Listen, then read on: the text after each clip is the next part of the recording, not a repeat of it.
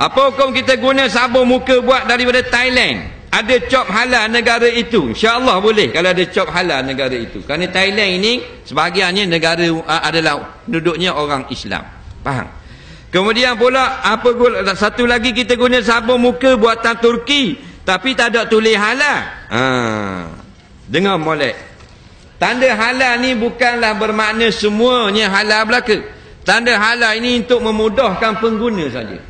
Jadi caranya apabila satu produk dihasilkan, pihak-pihak kerajaan yang berkenaan akan hantar wakil untuk tinjau, untuk cek cara dia buat halal ke tak. Bila comel belaka tak canggah dengan syarak, maka dikeluarkan sijil, maka dia boleh cop pada barang dia halal. Tetapi kalau masa tengok tu saja dia buat molek, lepas dapat sijil dia buat haram balik, kita tidak tahu.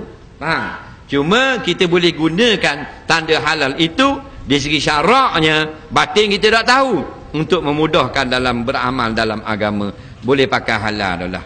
Tetapi ingat, jangan kita pukul, jangan kita yakin, jangan kita hukum. Bila tak ada tanda halal, makna haram. Salah.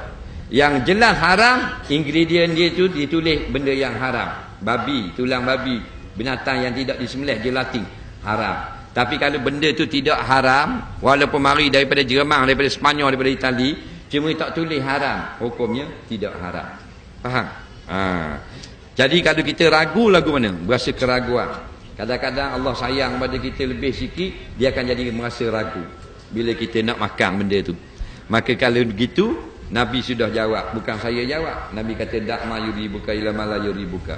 Kalau mau ragu, tinggalkan. Ada banyak lagi produk yang tidak meragukan. Nah, soalan seterusnya,